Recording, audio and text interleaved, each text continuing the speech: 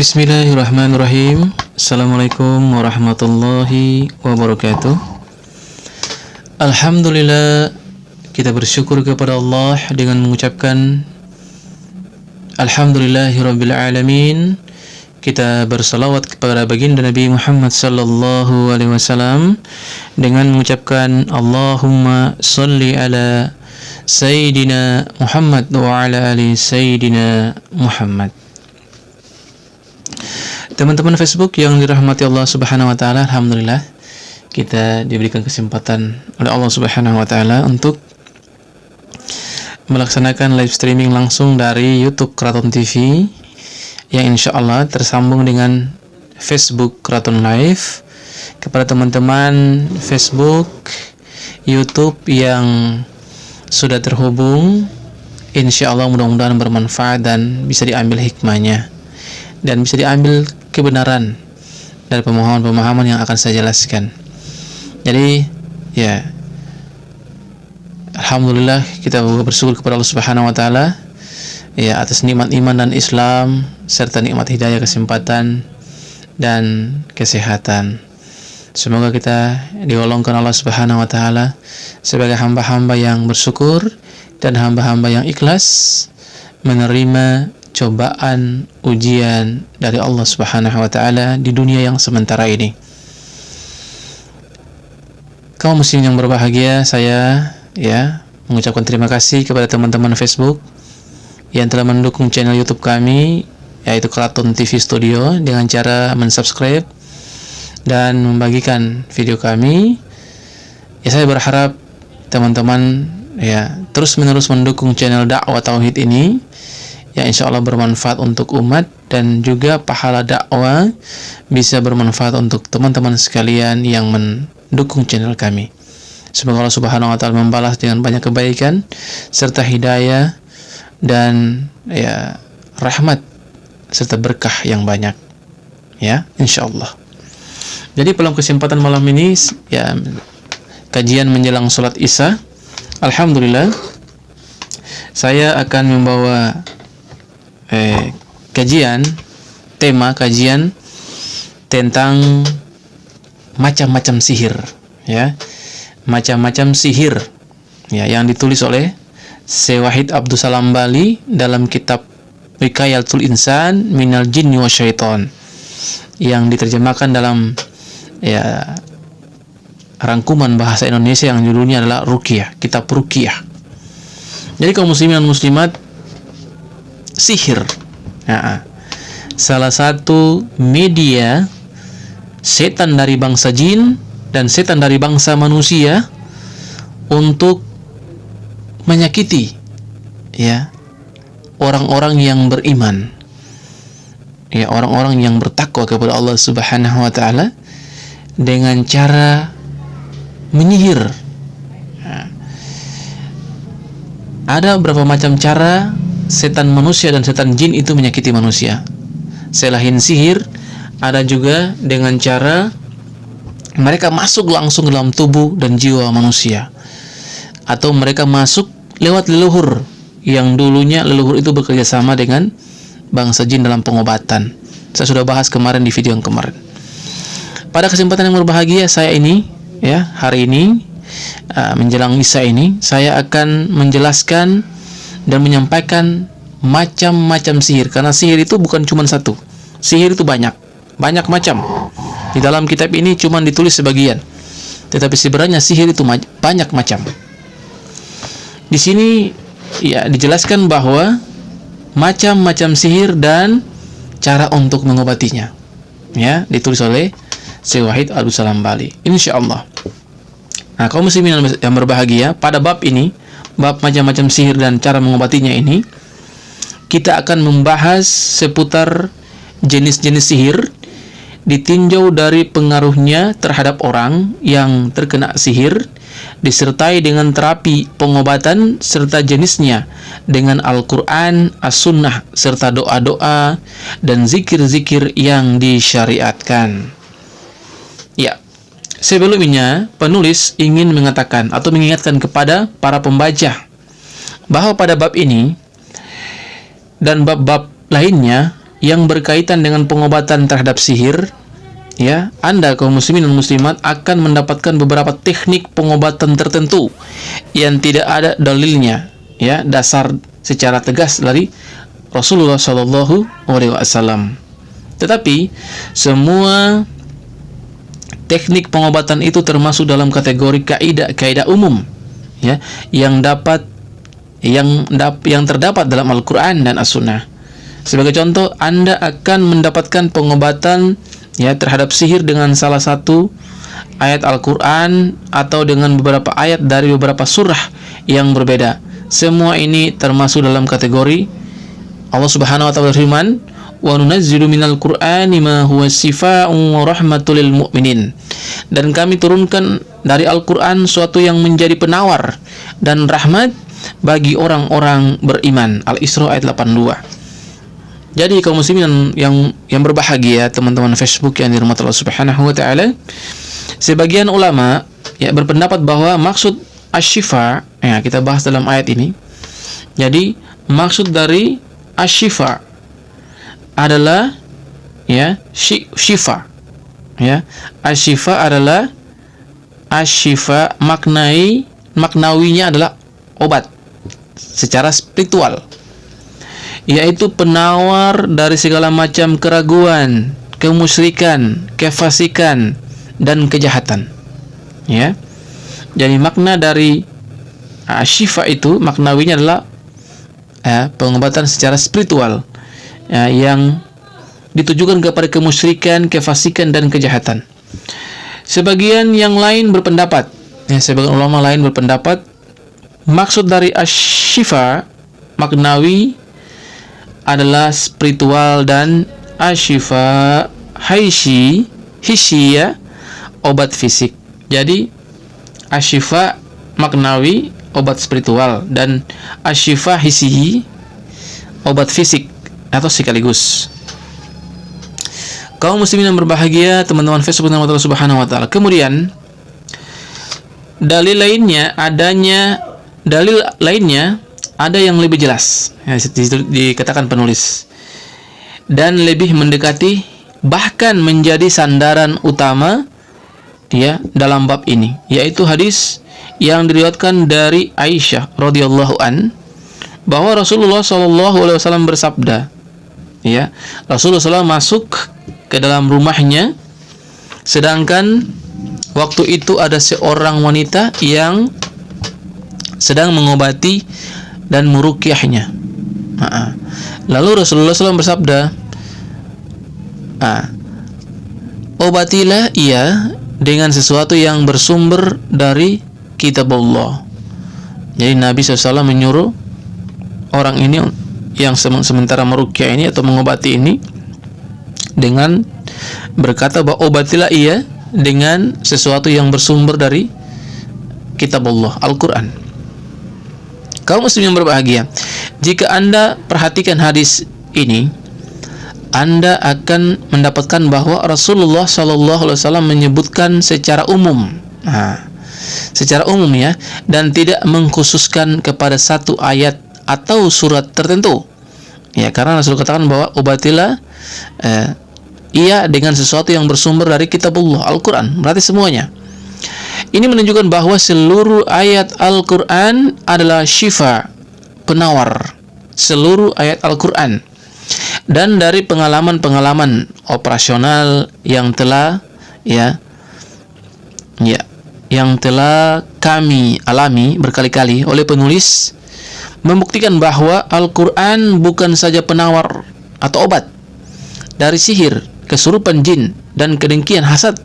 Bahkan lebih dari itu, Al-Quran juga merupakan penawar bagi penyakit fisik atau penyakit medis. Apabila ada yang berkata, Anda harus menyebutkan dalil khusus bagi setiap ayat yang kami pilih dari kitab Allah untuk meruqyah salah seorang penderita, bahkan mereka berkata, kami tawakuf tidak melakukan hal ini sampai Anda mendatangkan dalil khusus yang menyebutkan bahwa Rasulullah SAW mengobati seorang penderita dengan ayat ini. Maka kepada mereka kami katakan, sesungguhnya Rasulullah SAW telah meletakkan kaidah umum bagi setiap ruqyah. Jadi kalau ada orang yang menyatakan bahwa mana dalilnya ketika Rasulullah SAW itu mengobati atau meruqyah orang dengan ayat-ayat tersebut, maka kita jelaskan bahwa sesungguhnya Rasulullah SAW telah mengatakan tadi di atas, ya, telah meletakkan kaidah umum pada setiap ruqyah. Ya, setiap ruqyah itu ada kaidah umum. Telah disebutkan dalam Sahih Muslim bahwa orang-orang berkata kepada Rasulullah SAW, wahai Rasulullah, dahulu ketika di masa jahiliyah kami bisa meruqyah manusia. Maka beliau bersabda, ya, uridu ala ruqakum, ya, tunjukkanlah ruqyah yang kalian lakukan kepadaku. Jadi Rasulullah mengatakan bahwa a'ridu alayya ruqakum, ya, tunjukkan cara kalian meruqyah bagaimana. Ya, la ba'sa birruqyati ma lam takun syirkah. Tidaklah mengapa, ya, dengan ruqyah selama tidak berupa mengandung kesyirikan. Jadi ada seorang sahabat ini yang bertanya kepada Nabi SAW, sahabat yang sudah hijrah, ya Rasul, dulu kami sering meruqyah orang. Nah, apakah sekarang bisa lagi meruqyah? Dan Nabi katakan boleh, ya, dalam ayat ini. Yang penting tunjukkan cara ruqyahnya gimana. Maksud dari sini kaum muslimin dan muslimat, Rasulullah SAW melarang ruqyah yang dilakukan oleh orang-orang terdahulu karena dia menanyakan mana, tunjukkan dulu. Jadi kalau ruqyah yang dilakukan oleh orang terdahulu itu sudah pasti ruqyah yang syirkiyah, karena memang orang-orang jahiliyah itu sudah meruqyah, sering mereka juga meruqyah. Karena ruqyah itu secara bahasa Arab berarti bahwa bacaan jampi yang dibacakan. Jadi orang yang membacakan jampi itu juga disebut ruqyah karena kaidah Arab, bahasa Arabnya seperti itu. Jadi dukun-dukun juga itu mereka ruqyah, karena di sini namanya dukun, di sana namanya ya peruqyah. Mereka ruqyah membacakan, dukun. Ya, jadi intinya ya di sini akan kita paham dan kita jelaskan semuanya. Berdasarkan hadis di atas ini, kita bisa menarik kesimpulan bahwa diperbolehkan meruqyah dengan sesuatu yang bersumber dari Al-Quran dan As-Sunnah, serta doa-doa dan zikir yang masyru', ya, lainnya. Bahkan ruqyah jahiliyah sekalipun selama tidak mengandung kemusyrikan di dalamnya. Jadi di sini ya kesimpulannya bahwa cara untuk menyembuhkan ruqyah itu cara untuk menyembuhkan penyakit medis maupun non medis adalah kembali kepada Al-Quran, berobat dengan Al-Quran, ya, terutama penyakit non medis, serta hukum ruqyah itu dibolehkan. Bahkan ada hadis dari Nabi Muhammad SAW untuk meruqyah. Yang penting ruqyah yang sesuai dengan petunjuk Al-Quran dan Sunnah, tidak mengapa, ya, karena hakikatnya ruqyah itu bahasa Arab adalah jampi. Jadi orang dukun juga menjampi, berarti juga di meruqyah, ya. Jadi kaum muslimin dan muslimat, semoga dipahami. Kita akan masuk kepada sihir jenis pertama, yaitu sihir perceraian. Ini banyak terjadi kaum muslimin dan muslimat, di kalangan kaum muslimin dan muslimat di masyarakat kita. Itu terjadi, yang kami temukan juga, itu terjadi sihir perceraian. Ada namanya sihir perceraian.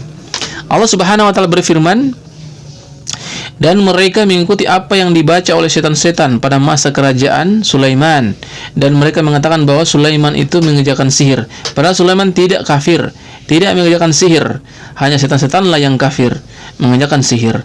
Mereka mengajarkan sihir kepada seorang manusia dan yang diturunkan kepada dua orang malaikat ya di negeri Babil, yaitu Harut wa Marut. Dengan keduanya tidak mengajarkan, sedang keduanya tidak mengajarkan sesuatu kepada seorang pun sebelum mengatakan, sesungguhnya kami hanya cobaan bagimu, sebab itu janganlah kamu kafir. Maka mereka mempelajari dan kedua malaikat itu apa yang mereka dengar dari sihir itu. Mereka dapat menceraikan antara seorang suami dan seorang istri. Jadi ini terjadi di zaman Nabi Sulaiman, ya. Ada ketika malaikat yang namanya Harut dan Marut, ya, itu juga diutus Allah datang ke sebagai sahabat Nabi Sulaiman. Tapi orang-orang di situ mengatakan bahwa mereka meminta kepada malaikat untuk mengajarkan sihir. Sedangkan malaikat ini, Harut dan Marut ini, tidak mau mengajarkan sihir. Bahkan Harut dan Marut ini, ya, mereka katakan bahwa sesungguhnya kami hanyalah cobaan bagimu, sebab itu janganlah kamu kafir kepada Allah Subhanahu wa ta'ala. Dan mereka itu ahli-ahli sihir. Nah, sambung kita baca. Memberi mudarat, ya, dengan sihirnya kepada seorang pun, kecuali dengan izin Allah. Dan mereka mempelajari sesuatu yang tidak memberi mudarat kepadanya dan tidak juga memberi manfaat. Sungguhnya mereka telah meyakini bahwa barang siapa yang menemukan kitab Allah dengan sihir, yang menukarkan kitab Allah dengan sihir, ya, tidaklah baginya keberuntungan di akhirat, dan amat jahatlah perbuatan mereka menjual dirinya dengan sihir. Kalau mereka mengetahui sesungguhnya kalau mereka beriman dan bertakwa kepada Allah Subhanahu wa ta'ala, niscaya mereka akan mendapat pahala, dan sesungguhnya pahala di sisi Allah ada lebih baik, ya, kalau mereka mengetahuinya. Al-Baqarah ayat 102 sampai 103. Jadi dalam Al-Quran sangat jelas-jelaskan bahwa sihir itu adalah hal yang mendatangkan mudarat, ya, apalagi orang-orang yang menggantikan, ya, ilmu sihir itu dengan, ya, Al-Quran itu dengan ilmu sihir. Ini biasa dilakukan oleh para dukun, ya, orang-orang bodoh atau orang-orang tidak normal, ya, mereka yang melakukan praktek-praktek kesyirikan seperti ini dengan, ya, meninggalkan Al-Quran, berbalik dari Al-Quran, ya. Ini orang-orang Islam khususnya, mereka, ya, berbalik dari sunnatullah, ya, dan mereka lebih mempelajari atau ilmu-ilmu sihir untuk menyihir orang-orang yang disihir, yang ditargetkan untuk disihir. Dalam sebuah hadis Nabi SAW bersabda dari Jabir radhiyallahu an, sesungguhnya iblis meletakkan singgasananya di atas air, kemudian ia mengutus bala tentaranya, maka yang paling dekat, ya, kedudukannya di antara mereka kepada iblis adalah orang yang paling besar fitnahnya, ya, adalah yang paling besar fitnahnya. Salah satu dari mereka datang menghadap iblis seraya berkata, aku telah berbuat demikian dan demikian. Lalu iblis menjawab, kami belum berbuat apa-apa. Ya, kamu belum berbuat apa-apa. Kemudian yang lain datang menghadap iblis seraya berkata, aku tidak meninggalkannya sampai ia menceraikan diri dari istrinya. Rasulullah bersabda, kemudian iblis tersebut mendekatannya, ya, kepadanya seraya berkata, sebaik-baik bala tentaraku adalah kamu. Di sini dalam sebuah hadis ini bisa kita maknai bahwa, iya, maksudnya adalah sihir perceraian nih, ya. Jadi ketika, ya, ada seorang jin, ya, setan dari bangsa jin yang menghadap iblis dan mengatakan bahwa saya meninggalkan mereka, saya menggoda mereka untuk melakukan ini dan itu, ya, ya, hal-hal, ya, istilahnya perbuatan-perbuatan dosa yang lain, ya, dibisik, ya, disuruh mereka berbuat dan manusia itu lakukan. Lalu iblis mengatakan bahwa istilahnya iblis tidak merespon apa-apa.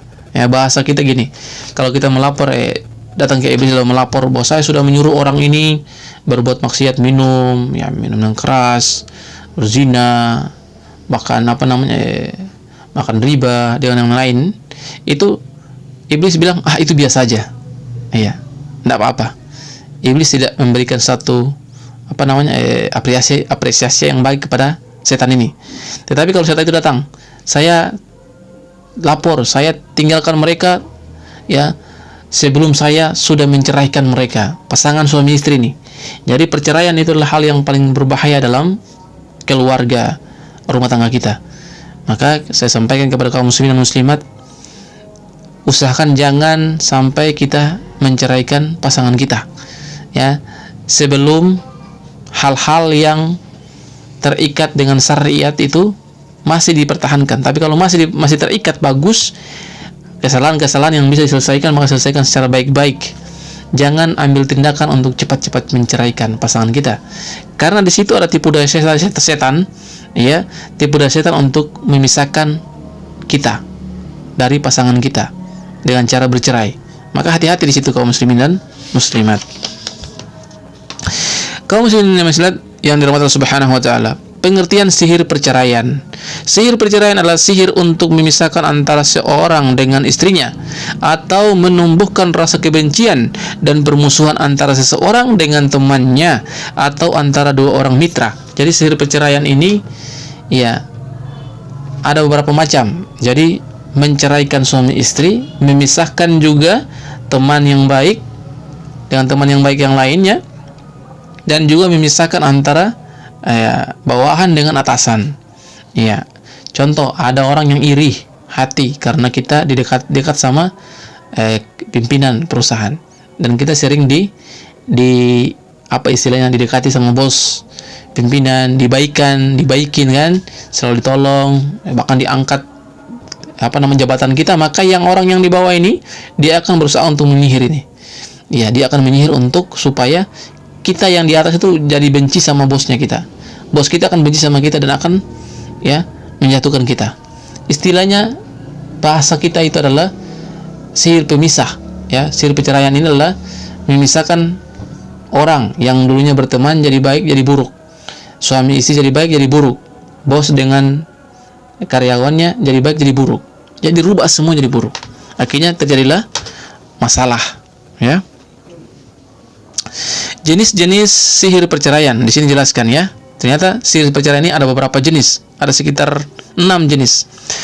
Yang pertama, pemutusan hubungan antara seorang dengan ibunya. Nah, ini juga ada nama sihir untuk memutuskan hubungan anak dengan ibunya. Ini juga sihir.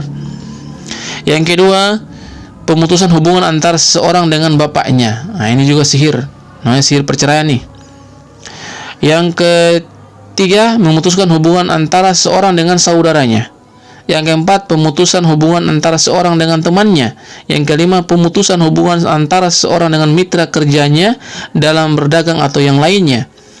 Yang keenam, perceraian atau seseorang dengan istrinya. Perceraian seseorang dengan istrinya.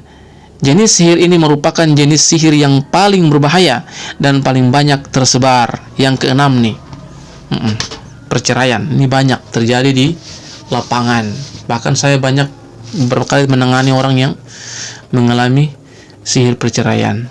Ya, awalnya baik-baik saja rumah tangganya, tiba-tiba ya istri lihat suaminya buruk, suami lihat istrinya buruk, ya akhlaknya berubah kepada istri, kepada suami, ya tanpa ada sebab apa-apa. Maka ini tanda-tanda bahwa kemungkinan rumah tangga kita lagi disihir untuk kita terpisah. Nah, ini berbahaya kaum muslimin dan muslimat. Jadi hati-hati kita menyikapi. Ya, masalah kecil jadi besar. Nah, ini bahaya nih. Jangan sampai kita mengalami seperti itu, karena itu adalah perangkap setan untuk memisahkan kita dari keluarga kita. Jadi kalau masih bisa selesaikan masalah, maka selesaikan secara baik-baik. Jangan dengan cara jalan pernikahan. Dengan cara perceraian ya. Karena Rasulullah SAW mengatakan bahwa Allah Subhanahu wa taala melarang perceraian, ya, melarang perceraian. Jadi selain mudaratnya sudah besar dan mengharuskan untuk bercerai karena terikat dengan mudarat yang begitu banyak, maka boleh bercerai. Tapi kalau tidak, jangan dulu kita cepat-cepat memutuskan perceraian. Poin berikut adalah indikasi sihir perceraian. Ada indikasinya.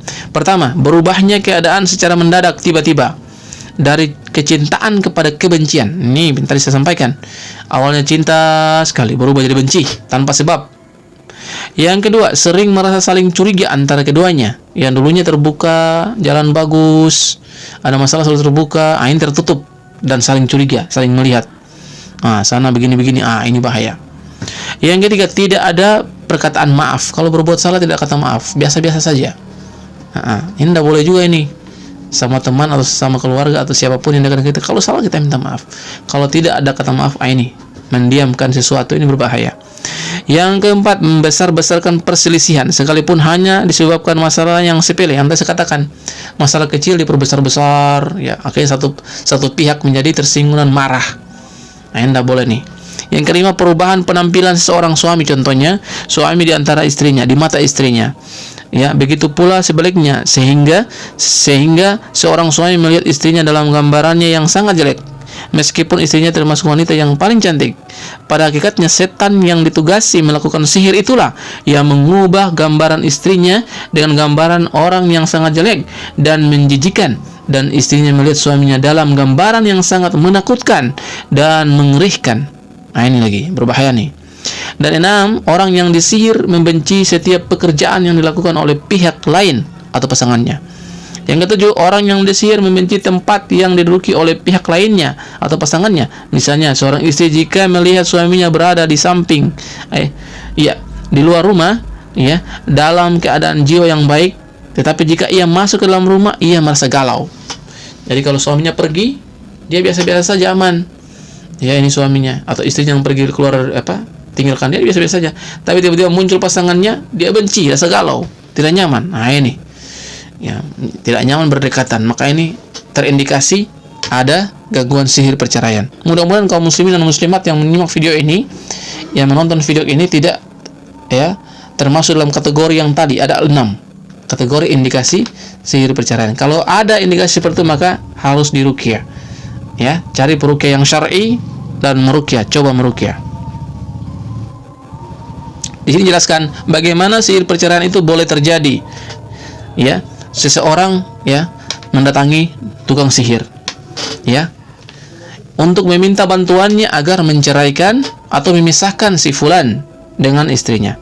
Lalu tukang sihir meminta kepada orang tersebut agar menyerahkan nama yang dimaksud dan nama ibunya. Selain itu juga meminta kepadanya untuk menyerahkan salah satu benda bekas miliknya seperti rambut, pakaian, peci atau lainnya. Jika tidak bisa menentangkan benda-benda tersebut, maka tukang sihir akan mengerjakan sihirnya dengan menggunakan air misalnya, lalu memerintahkannya agar menuangkannya di dalam di jalan yang bisa dilewati oleh orang itu atau yang sering dilewati orang itu. Bila orang tersebut melewatinya, maka sihir itu akan mengenai dirinya, atau bisa juga dengan meletakkan sihir tersebut dalam makanan atau minuman. Jadi,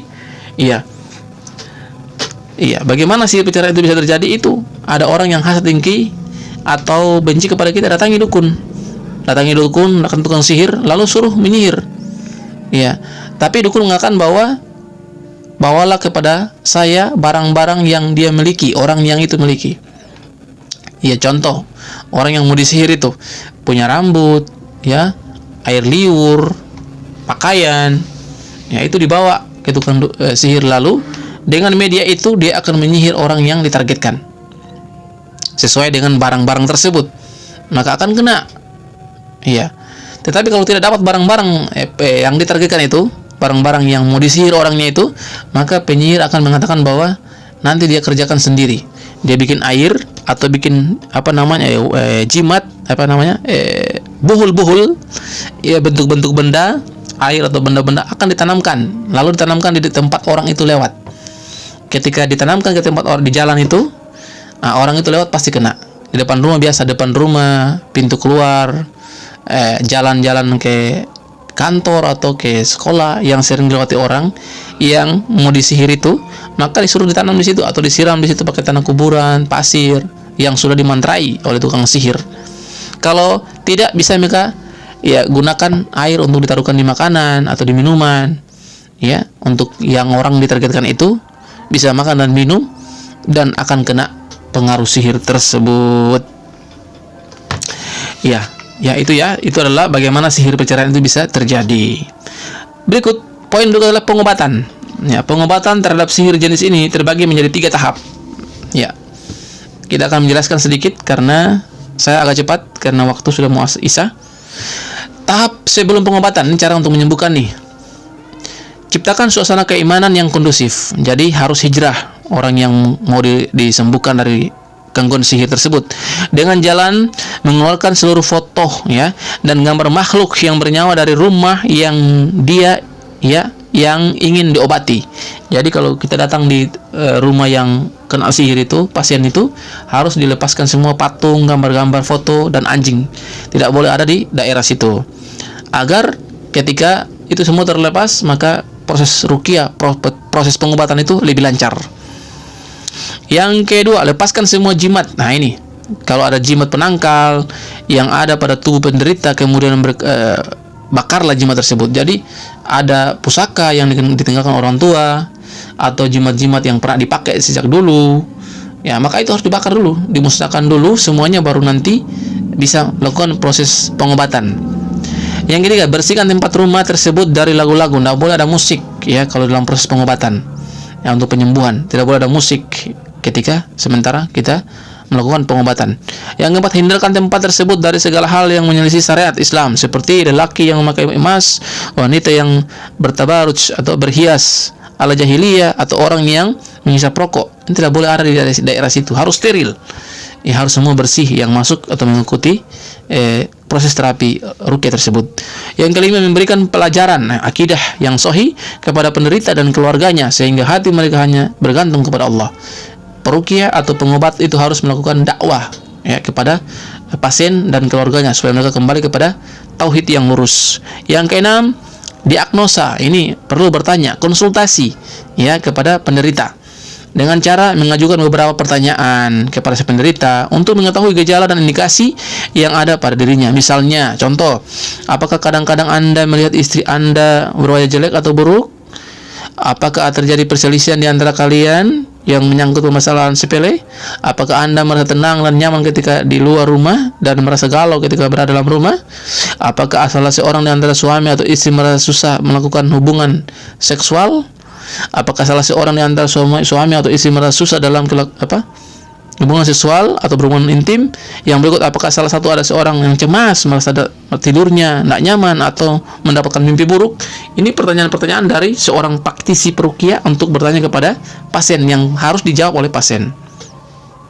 Yang ketujuh, berwudu sebelum Anda memulai pengobatan dan perintahkan kepada orang yang mau diruqyah atau mau disembuhkan itu, mau berobat itu harus berwudu juga. Yang ke-8, jika si penderita adalah seorang wanita, maka Anda memulai pengobatan sehingga sebelum memulai pengobatan harus disuruh menutup aurat ya dengan cara menggunakan mukena ya supaya tertutup semua aurat dalam proses pengobatan. Yang ke-9, jangan Anda mengobati seorang wanita ini untuk peruqyah atau pengobat dalam keadaan berpakaian yang menyelisih syariat, seperti membuka wajahnya, memakai wangian atau memakai cat kuku di kuku seperti wanita. Maka harus netral, bersih, jangan menggunakan yang berlebihan ya ketika berhadapan dengan peruqyah. Yang ke-10, sertakan pula salah seorang mahram keluarga ketika Anda mengobati seorang wanita. Harus ditemani ya. Yang ke-11, janganlah Anda memasukkan seseorang yang bukan mahramnya ya. Jadi tidak boleh panggil orang lain ikut serta dalam proses ruqyah atau pengobatan. Nanti orang yang diobati tersinggung karena orang lain. Kita menjaga aib. Yang ke-12, bacalah la haula wala quwata illa billah ya kepada Allah dan mohonlah pertolongan kepada Allah Subhanahu wa taala. Sebelum kita mulai, kita membaca la haula wala quwata illa billahil aliyil azim supaya Allah Subhanahu wa taala melindungi kita. Ya, mungkin sampai di sini dulu kaum muslimin dan muslimat karena sudah salat Isya. Kita akan sambung ke tahap kedua, yaitu tahap untuk pengobatan ya, tahap pengobatannya. Tadi tahap sebelum pengobatan ya. Tahap sebelum pengobatan yang tadi kita bahas, maka sekarang kita akan lanjut kepada tahap pengobatan. Tetapi mungkin kita akan lanjut di lain waktu karena sekarang sudah salat Isya ya, kaum muslimin dan muslimat. Semoga apa yang saya sampaikan ini bisa bermanfaat. Kita akan lanjut ke bab berikut insyaallah di lain waktu di kajian langsung atau video Keraton TV Studio yang disiarkan langsung dari YouTube, insyaallah, dan Facebook Keraton Live. Yang mudah-mudahan saya sampaikan ini bisa bermanfaat untuk kaum muslimin dan muslimat. Kita berdoa kepada Allah Subhanahu wa taala, minta perlindungan kepada Allah Subhanahu wa taala dari gangguan setan, minta perlindungan kepada Allah Subhanahu wa taala dari bala, dan minta kepada Allah Subhanahu wa taala agar Allah Subhanahu wa taala melindungi kita semua dari godaan setan dari bangsa manusia dan bangsa jin, serta ya minta hidayah istiqomah di atas dinul haq, agama yang lurus, serta pertahankan kita dalam keikhlasan untuk menyikapi semua musibah dan mudarat, serta bersabar. Semoga Allah Subhanahu wa taala memberikan kita petunjuk, hidayah, istiqomah di atas jalan yang lurus. Barakallahu fikum. Subhanakallahumma wa bihamdika asyhadu an la ilaha illa anta astaghfiruka wa atubu ilaik. Assalamualaikum warahmatullahi wabarakatuh.